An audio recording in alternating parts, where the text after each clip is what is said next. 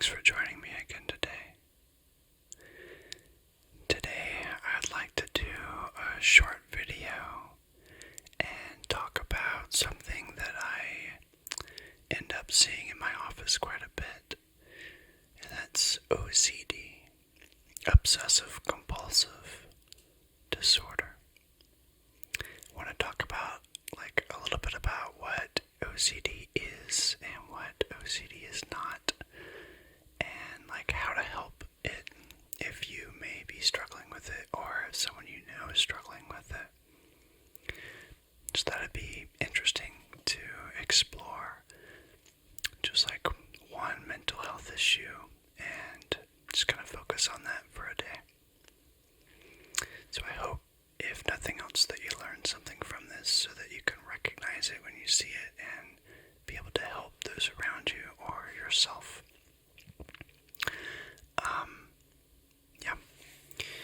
So let's talk about what OCD is not first. A lot of times when we use the term OCD, people use it all the time in the world, and a lot of times what they mean, mind if I do a little mic scratching while we're talking? Okay, good.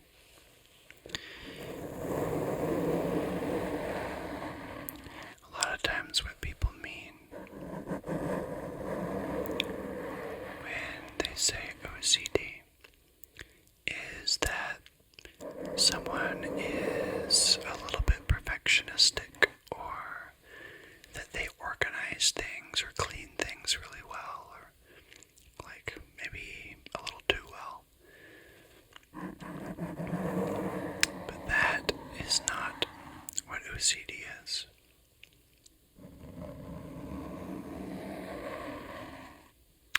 Sometimes people struggling with OCD can do those things, but that doesn't define what OCD is. So let's talk about what it is. So the different parts: obsessive, compulsive disorder, right? The obsessive part, or the obsessions in OCD, are thoughts or images, visuals, that come into the mind of the person struggling with it that are unwanted or intrusive thoughts. They may be repetitive, anxious thoughts, or visuals, or statements or questions that they don't want. And that's a key part, is that they don't want to keep hearing those thoughts. It's not like an auditory hearing, as in schizophrenia, right? You're not actually hearing something. It's just a thought that keeps recurring to your mind, or a visual thought. So some of those, I'll just name, there's so many, but I'll name some of them.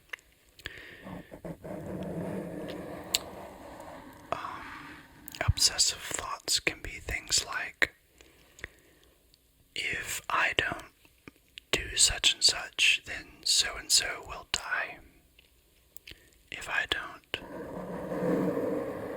check the stove, then my house is going to catch on fire and everyone will die and it will be my fault. Or if I don't, or maybe I have to wash my hands a certain way, or a certain number of times, in order to be clean again.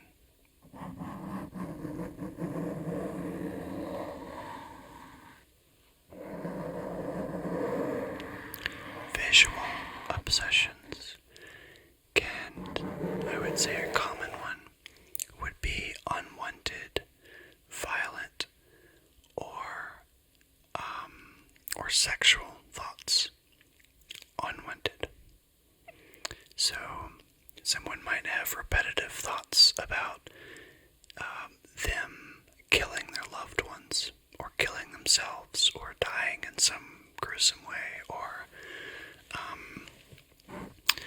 they may have like a visual of sexual violence or something like that, something unwanted and disturbing a lot of times. Just these like images that keep coming back to mind. These are probably the most common images that I've seen with OCD. And the thing about the obsessions is they're really bothersome, they're disturbing, they raise anxiety and distress level. So that'll be important when we talk about like what helps and what does not help with OCD. So now let's go to the compulsive side. So this is an important component with OCD, is the compulsions are things that are done in order to relieve the obsession, the tension, the stress, the anxiety that's brought on by the obsession. So, for example, the obsession could be, I didn't check the stove and my house could catch on fire. The compulsion often would be to check the stove, and often not just once, but 10, 50 times before bed.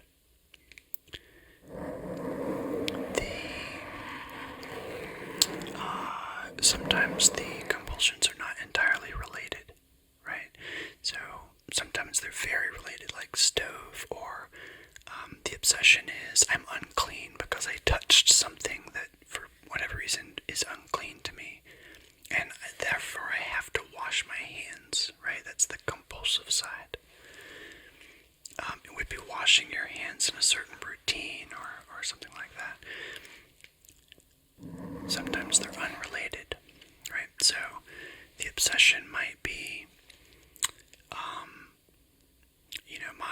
my grandmother is going to die, but if I turn this object a certain way, then she won't die. And so the person with OCD might turn the object a certain way because of this basically like unconnected belief that turning an object or doing something like that would prevent someone from dying or some bad thing from happening.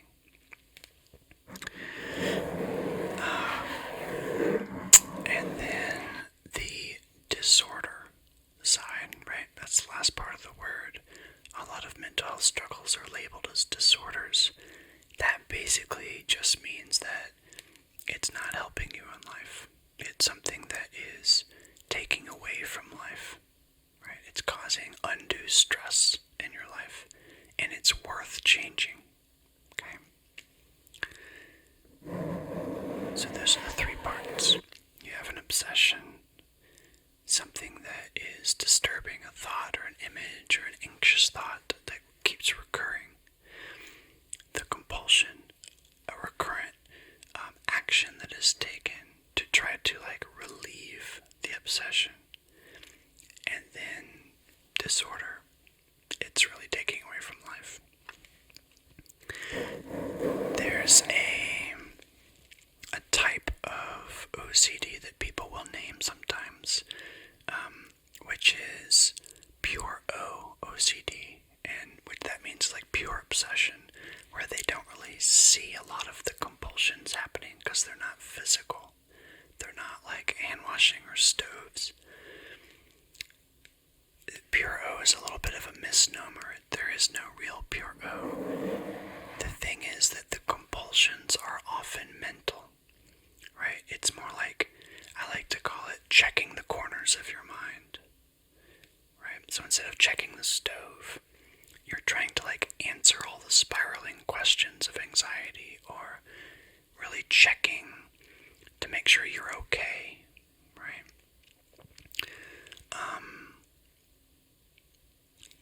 And that for that to be OCD, right? There's this obsession, the recurrent thought that comes over and over and over, and then there's a checking, right?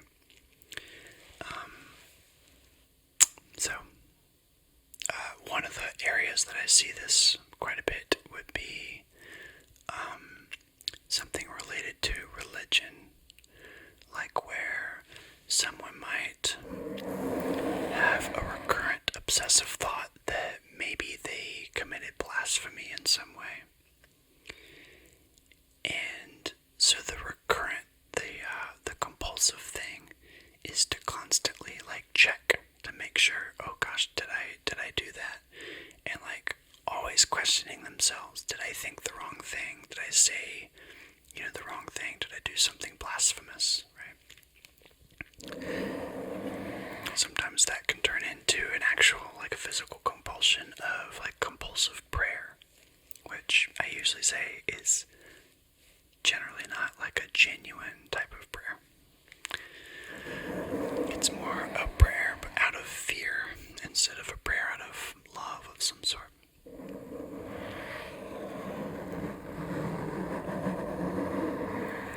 So, I hope that makes sense so far. Let's talk about how it works. Why does this happen? Now, we don't know exactly why the obsessions continue to come, but we know that our brains have a big part to play. Sometimes it's basically our amygdala, which is in charge of anxiety and fear, gets just overactive. And it's trying to help us by telling us that something's wrong, but it's being overactive. And it is what it is. It does that. The reason that the compulsions come is because our fear, our distress level, our anxiety raises up when we feel the obsession, right? The obsessive thought comes to mind. Man, that stresses us out. And so what we do is we might do something, a compulsion that relieves it, but it only really relieves it for a moment. Sometimes even literally seconds or minutes. And it doesn't really take the anxiety down all the way. And so because it's only temporary, we do it again because the anxiety goes back up. The obsession just comes back. And the reason the obsession comes back often is because when we try to relieve the anxiety or soothe ourselves too much, the anxiety comes down a bit because we're soothed or relieved, but we're also reinforcing the idea that our obsession is to be feared. It's something that we need to be fearful of. So that gets reinforced in our minds, and the obsession will just continue to come back because we're still afraid of it, right? So, obsession, compulsion, obsession comes back, compulsion, and it just keeps going in a cycle, kind of a never-ending cycle. And that's why you see, people wash their hands 20, 30 times after they're exposed to something, because the hand washing only relieves it temporarily. Now, how do we break that, right? How do we break that cycle and make it better? This is the really hard part. It's a hard part of my job in helping people with this, and it's extremely difficult for people that do have OCD and want to change that. The only way to get through,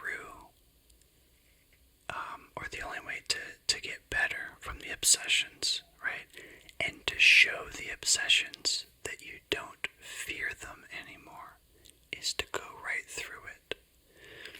So the typical treatment for OCD is exposure therapy. Just like if you have a typical fear, like a fear of snakes, the best way to get over a fear of snakes is to expose yourself to snakes, one step at a time. So, without going into too much detail, it's the same with OCD. Really, the only way to truly get through OCD, the only way I have found, medication can help, but it won't really get you through it. It'll just take the edge off, is to expose yourself on purpose the obsessions or to the triggers of those obsessions. So, what this might look like is if your obsessions are related to germs. I've seen exposure therapy sessions where you would have the client that's afraid of germs and has obsessions and compulsions related, like they might wash their hands. They'll hold like the office trash can in their lap and just hold on to it for like the entire hour and not wash their hands. So the treatment is called exposure and response prevention. So you're exposed to the thing that makes you anxious, to the obsessive thought, to the trigger for the obsession. And then you're not allowed to respond by washing your hands. And what happens is, it's really cool when you see this happen. Your anxiety spikes, of course, because you're holding a trash can. Of course it's going to spike. But your mind cannot stay that anxious for a long period of time if you're still exposed to the trigger.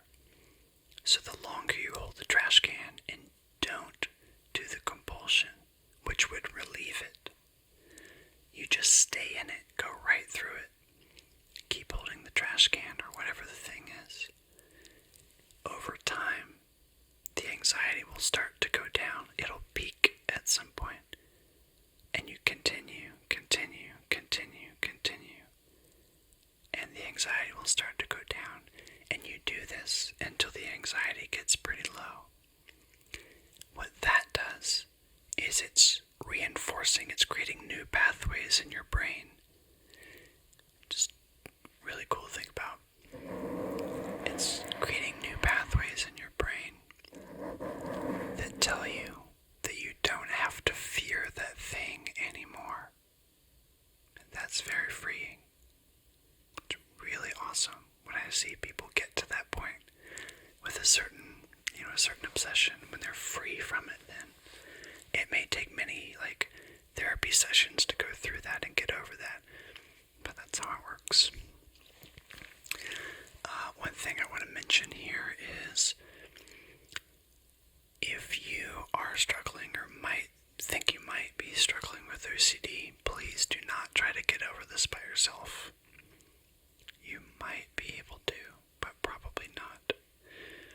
The reason that I say that is because a therapist like myself would be trained in helping you to gradually approach each step.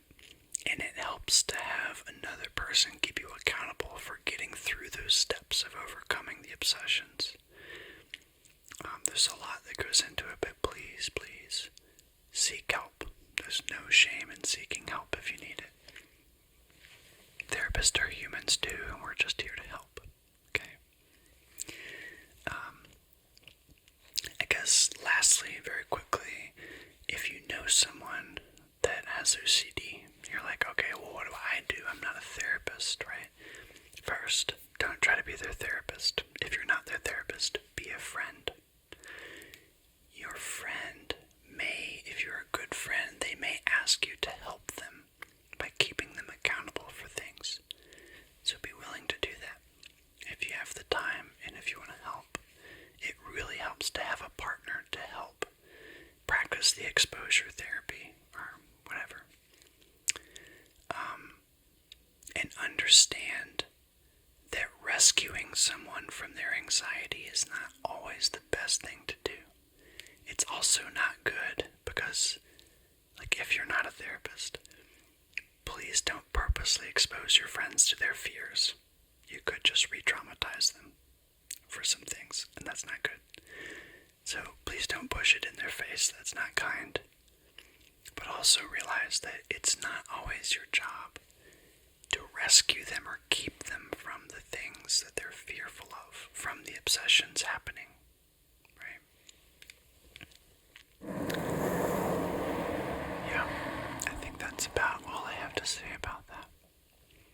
I hope this was informative, and I really hope this benefits somebody out there, if even one person.